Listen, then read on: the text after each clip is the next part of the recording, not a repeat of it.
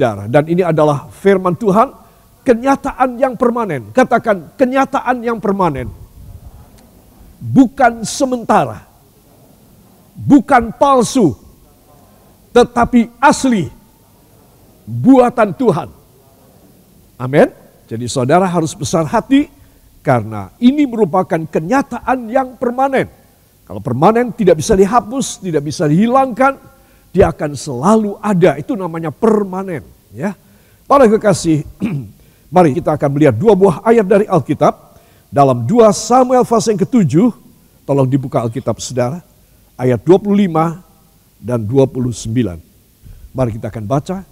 1, 2.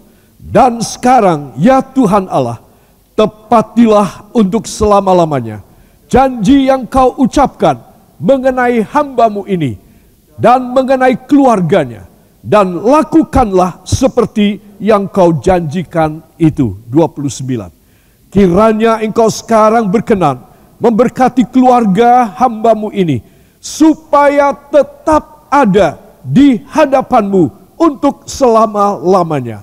Sebab ya Tuhan Allah, Engkau sendirilah yang berfirman, dan oleh karena berkat-Mu, keluarga hamba-Mu ini diberkati untuk selama-lamanya.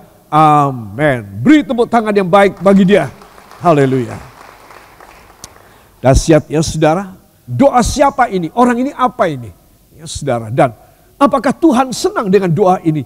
Ternyata Tuhan sangat senang dengan doa dari seorang yang dicintainya.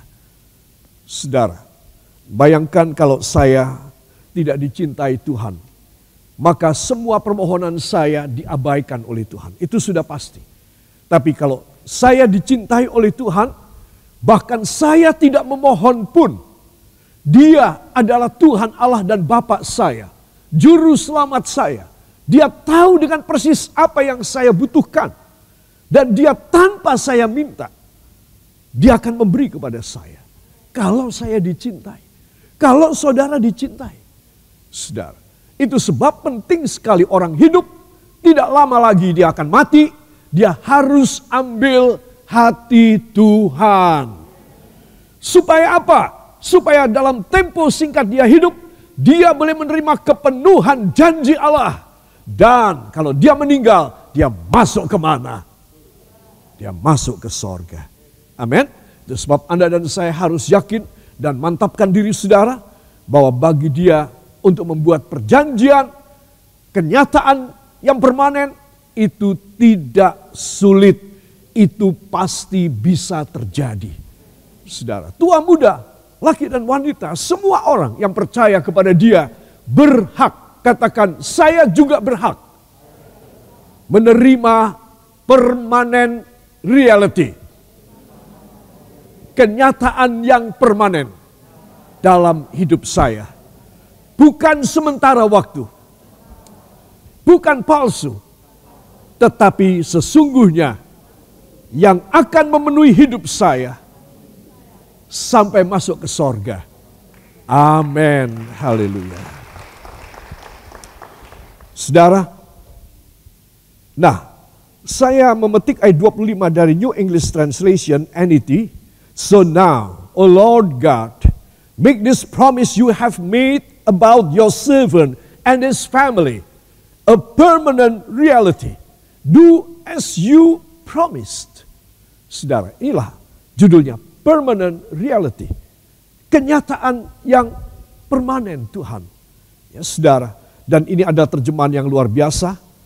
Oh Tuhan, make this promise you have made to your servant and his family. Marilah Tuhan, apa yang engkau telah janjikan kepada hamba-Mu. Raja loh ini, yang raja yang sedang berdoa ini raja. Pada hamba-Mu, dia bilang hamba-Mu. Ya, rendah hati ya. Dan keluarga hamba-Mu.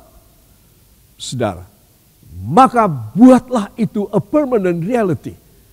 Buatlah itu sebagai satu realita yang permanen Tuhan. Hamba tidak permanen, hamba bisa mati.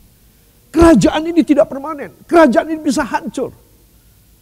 Tetapi kalau engkau permanen, dan kalau engkau memberi yang permanen, maka pada keturunan berapapun dari hidup hamba, mereka akan merasakan pemeliharaanmu yang dahsyat, yang luar biasa, yang engkau akan berikan kepada mereka. Karena engkau adalah Allah yang mau menyatakan segala perkara permanen dan nomor satu.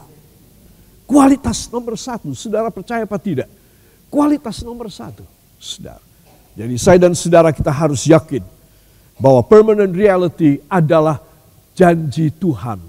Apa jawab Tuhan kepada hambanya Daud ini? Tuhan berkata, baik, aku akan melakukannya. Selama anak keturunanmu hidup dengan benar dan tidak menyingkirkan dirinya dan memalingkan wajahnya daripadaku, aku akan memenuhkan janjiku kepadamu dan doamu aku akan penuhkan semuanya kepadamu. Saudara, luar biasa. Tuhan itu begitu mudah jatuh hati. Dia tidak sukar dan dia tidak keras hati. Dia begitu gampang jatuh hati. Saudara dan saya masih keras hati. Kita masih sulit jatuh hati. Tapi Tuhan mudah jatuh hati. Kepada siapa dia jatuh hati? Satu, kepada seorang yang rendah hati. Dua, kepada orang yang hidup dalam kebenaran. Tiga, orang yang selalu datang dan menyembah dia di dalam roh dan kebenaran. Yang mau beri tepuk tangan yang baik bagi dia. Haleluya. Saudara yang kekasih, itu sebab kenyataan yang permanen adalah berkat nyata yang tetap selalu ada. Katakan berkat yang nyata yang tetap selalu ada. Saudara, ya. Jadi saya dan saudara kita boleh mengalami kekurangan, paceklik dan kita kegagalan. Ini itu segala macam barangkali kita boleh mengalaminya. Tetapi saudara mesti tahu ada persediaan di balik segala langit yang akan siap diberikan kepada saudara. Bila saudara bertekun kepada dia, bila saudara ambil hati dia, maka tidak ada yang ditahan. Katakan tidak ada berkat yang ditahan kepada saya. Bila saya menyenangkan hatinya. Amin. Saudara sudah tahu rahasia ini. Kalau saudara seorang ibu, seorang ayah, seorang kakak yang lumayan mampu, saudara, anak saudara, adik saudara tidak usah minta. Karena saudara lumayan mampu, bukan hebat mampunya, bukan luar biasa loh, enggak, lumayan. Pegang duit. Saudara punya pikiran, daripada uang ini aku pakai untuk diriku sendiri, aku pakai untuk adikku, aku pakai untuk anakku. Saudara, itu orang berdosa. Saudara, orang berdosa itu. Apalagi Tuhan. Saudara, yang tidak berdosa, kalau dia jatuh hati kepada saudara, seperti dia jatuh hati kepada Raja Daud. Wah, saudara, Raja Daud tidak kekurangan apapun. Apa yang dia tidak minta pun diberi oleh Tuhan. Itu sebab saya ingin mengajak semua saudara, inilah yang namanya permanent reality. Kenyataan yang permanen. Artinya saudara tidak akan mengalami kekeringan, paceklik, dan puso dalam hidup saudara. Yang percaya, beri tepuk tangan bagi dia. Haleluya. Para kekasih, bagaimana itu bisa terjadi? Saudara, mari saya ingin mengajak semua saudara memperhatikan ini. Ya saudara, bagi seorang yang nempel di hati Allah. Katakan nempel di hati Allah. Saya harus seperti itu.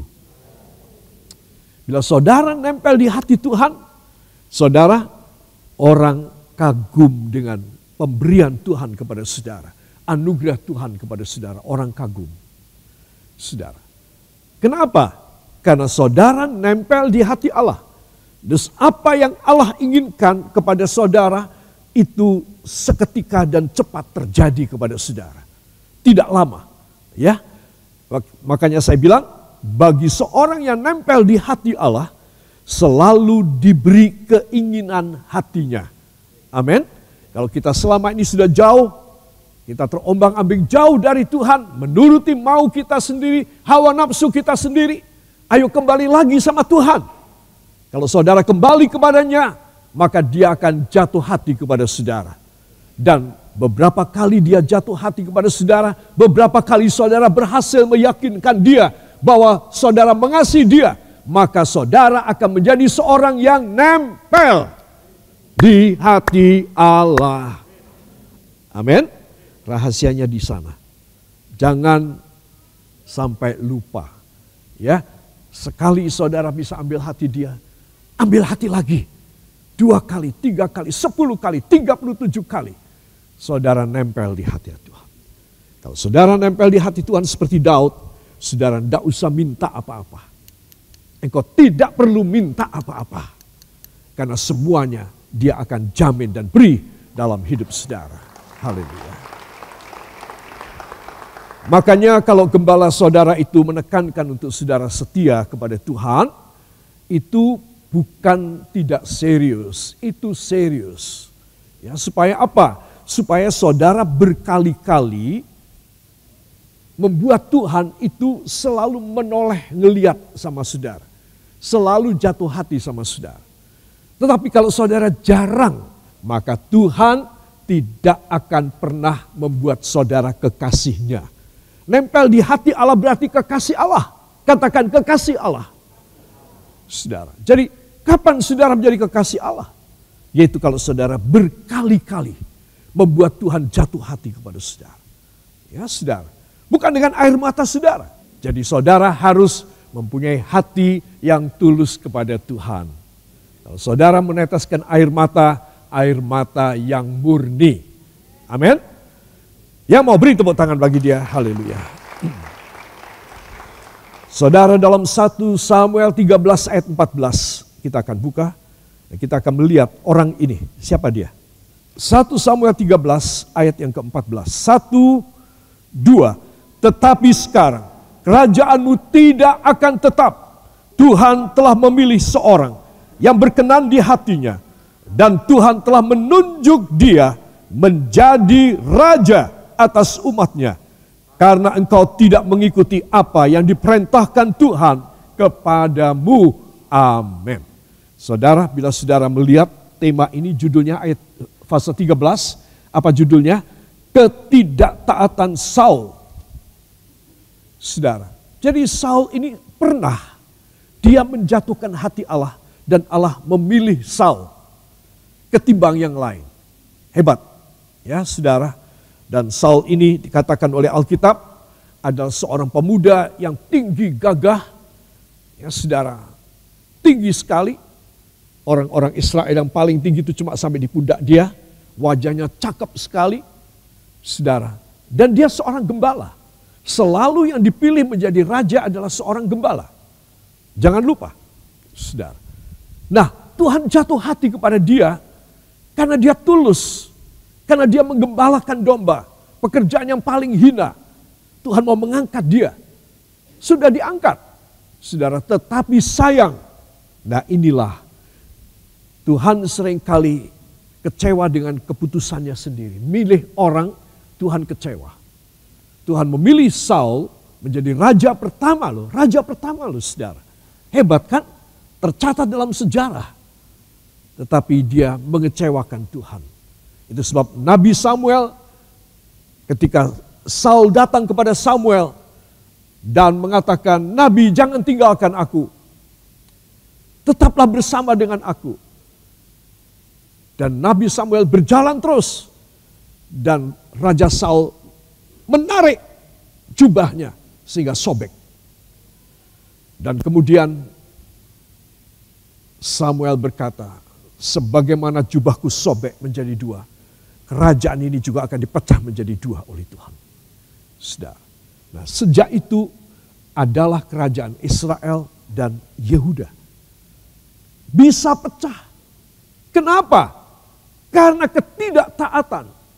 Karena apa? Karena ketidaktulusan dari rajanya. Saudara. Dan dia mulai main mata dengan setan, dengan perdukunan, dengan sihir, dengan guamnya, dengan paranormal. Dia mulai main mata raja ini. Saudara, itu sebab Tuhan murka. Jadi kalau ada anak-anak Tuhan, kalau saudara juga main mata dengan Tuhan, saudara.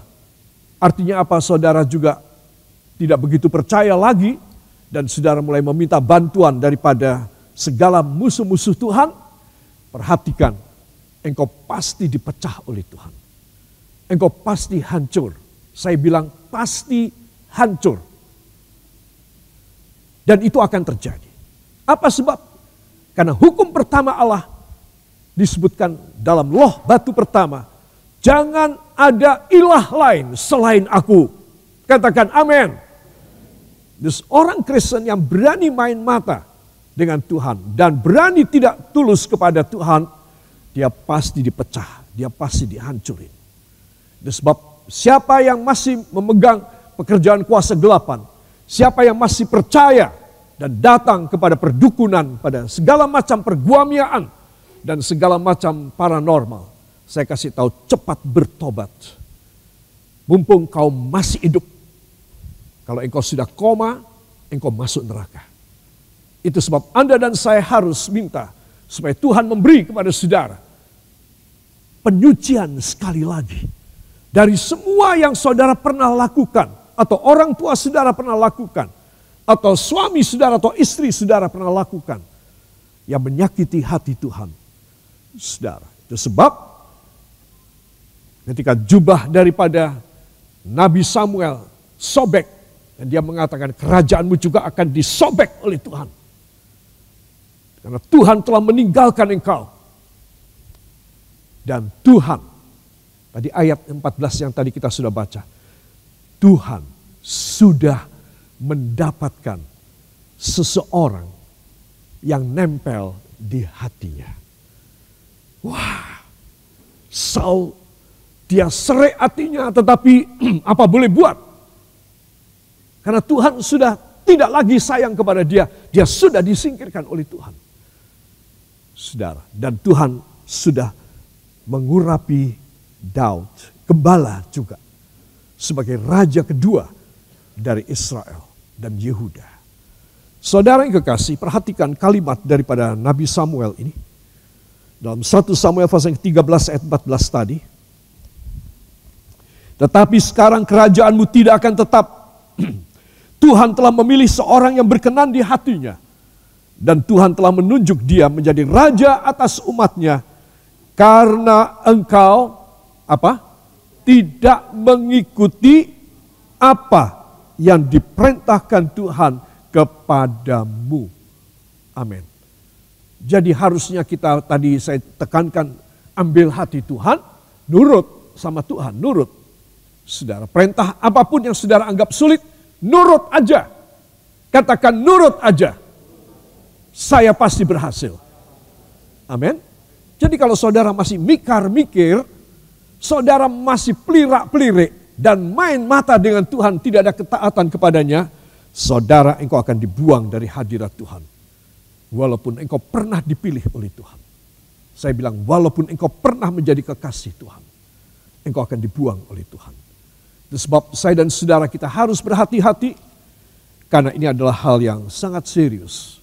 Saudara, sangat serius.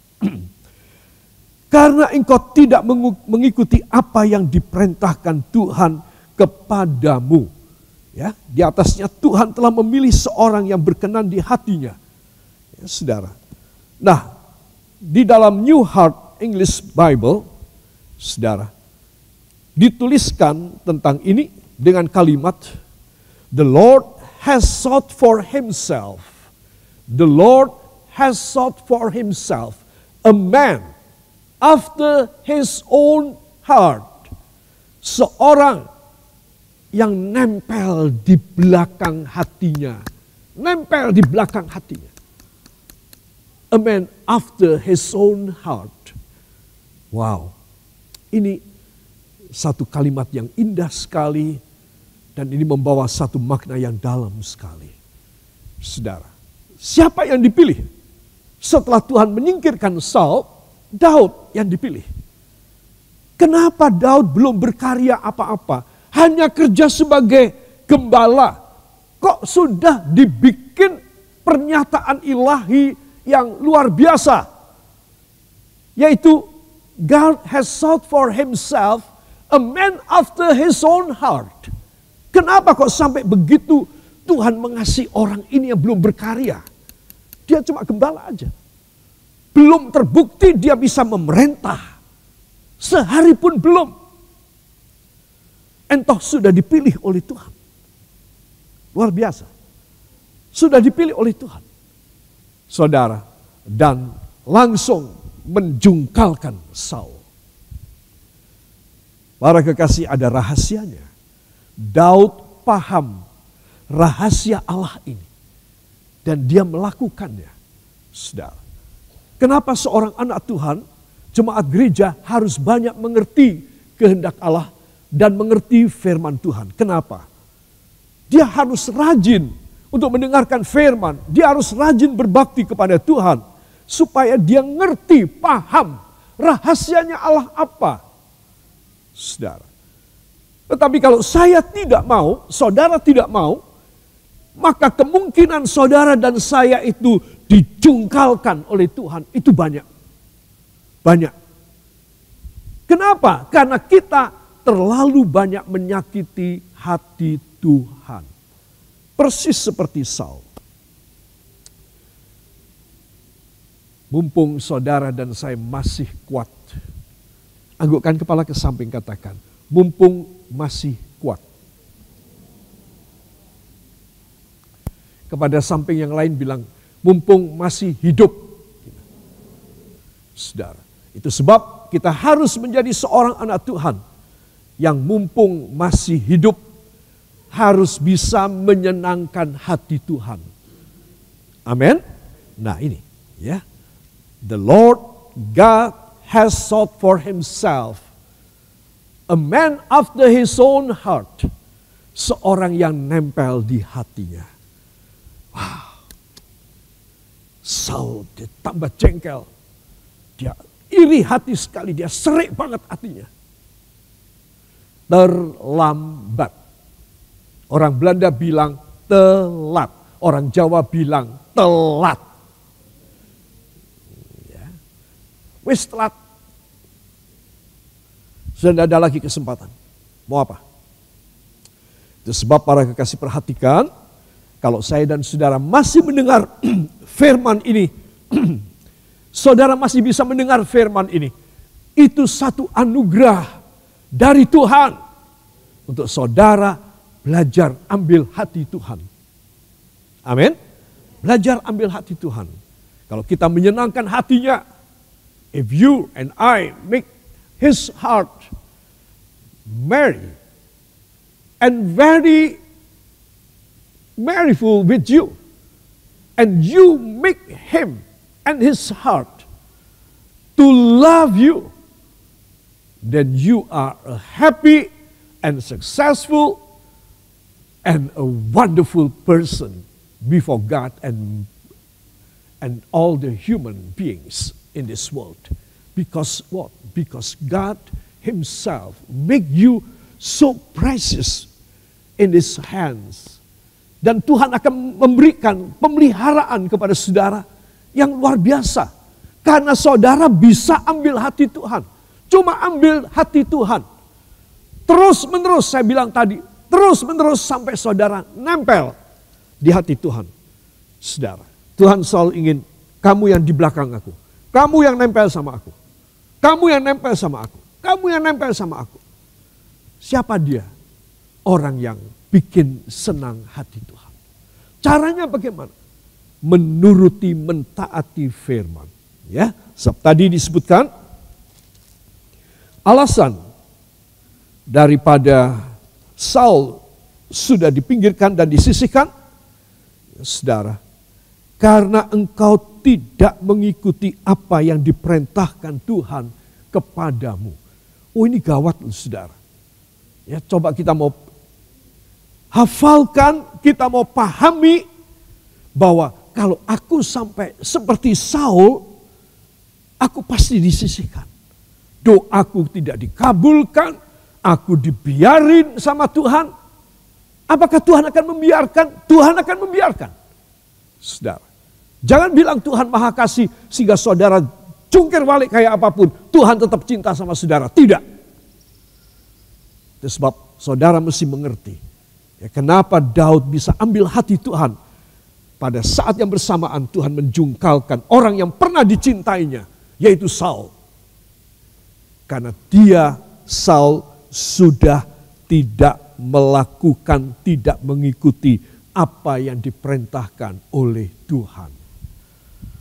Saudara, kalau saudara dan saya kasih tahu sekali lagi, masih seger, masih sehat, ayo pakai, kejar ketertinggalan saudara. Kita harus berusaha keras, aku harus mengejar ketertinggalanku. Supaya aku boleh mencapai taraf seperti Daud. Walaupun aku tidak menjadi raja, tetapi Tuhan jatuh hati dan aku adalah orang yang ada nempel di belakang hati Tuhan. Yang mau beri tepuk tangan bagi dia. Haleluya. Saudara yang kekasih, apa maksudnya? Yaitu seorang yang hidup dalam kekudusan. Saudara, apa kesalahan Saul? Tadi saya sudah katakan, kesalahan Saul adalah dia mulai main mata dan dia mulai meninggalkan Tuhan dan dia mulai mencari perdukunan. Dia mulai mencari kuasa kegelapan. Dia mulai mencari guamia, ramalan nasib. Saudara ya, itu adalah musuhnya Tuhan. Dan Tuhan menganggap Saul sudah najis. Itu sebab Saul harus dipinggirkan, harus dibuang. Saudara yang kekasih, itu sebab ya rahasia ini saya dan saudara harus miliki di dalam hidup kita. Para kekasih, saya masuk pada satu bagian yang penting sekali. Di dalam kitab Nabi Yesaya pasal yang ke-52 ayat yang ke-11, mohon dibuka pada Alkitab saudara. Ini adalah tipikal Sion. Ini adalah khusus firman untuk Sion. Sion adalah kekasih Tuhan. Sion adalah Yerusalem. Dus penduduk Yerusalem inilah dinamakan sebagai Sion. Yaitu satu keadaan di mana Tuhan itu mencintainya. Tuhan tidak bisa lepas dari Sion. Ya, mari kekasih, mari kita akan baca ayat yang ke-11. 1, 2. Menjauhlah, menjauhlah, keluarlah dari sana. Janganlah engkau kena kepada yang najis. Keluarlah dari tengah-tengahnya. Sucikanlah dirimu, hai orang-orang yang mengangkat perkakas rumah Tuhan. Amin. Sucikan dirimu, menjauhlah, menjauhlah, keluarlah dari sana. Janganlah engkau kena kepada yang najis. Keluarlah dari tengah-tengahnya. Sucikanlah dirimu, hai orang-orang yang mengangkat perkakas rumah Tuhan. Berulang kali Tuhan memberikan peringatan, menjauh, lepaskan, jangan jamah, jangan kena pada yang najis. Ya, keluarlah dari tengah-tengahnya, sucikan dirimu. Berulang kali kepada Sion Tuhan meminta hal ini. Kalau saya dan saudara mau menghargai permintaan Allah, maka di zaman ini, katakan di zaman akhir ini, saya harus menjaga diri saya dalam kekudusan. Supaya saya dipilih menjadi Sion Allah. Mewarisi Yerusalem baru. Dari dunia menuju ke sorga, ke Yerusalem baru. Beri tepuk tangan bagi dia, haleluya. Oleh sebab itu para kekasih, angkat dua tangan saudara. Diberkatilah para kekasih. Terimalah damai, sejahtera dan anugerah yang turun dari takhta Allah Bapa, Allah Putra, Allah Roh Kudus. Allah yang Maha Esa dan Maha Tunggal adanya, memberkati rumah tangga dan mata pencaharian saudara, pelajaran sekolah dan studi saudara, korban kolekta saudara diberkati, teristimewa segala pengembalian persepuluhan saudara. Sesuai dengan Maliaki 3 ayat 8 dan 10 dalam perjanjian lama, sesuai dengan Ibrani 7 ayat 1 sampai 10 dalam perjanjian baru. Kembalikan pada saudara luar biasa, sampai tidak cukup tempat untuk meletakkan berkat Allah terjadi dalam hidup saudara. Mulai dari saat ini sampai selama-lamanya, diberkatilah engkau yang sudah datang hanya di dalam nama Tuhan Yesus Kristus, Juru Selamat dan Penebus kami. Dan kita yang diberkati mengaminkan. Amin. Tuhan memberkati saudara. Beri kemuliaan yang baik bagi Tuhan. Yesus.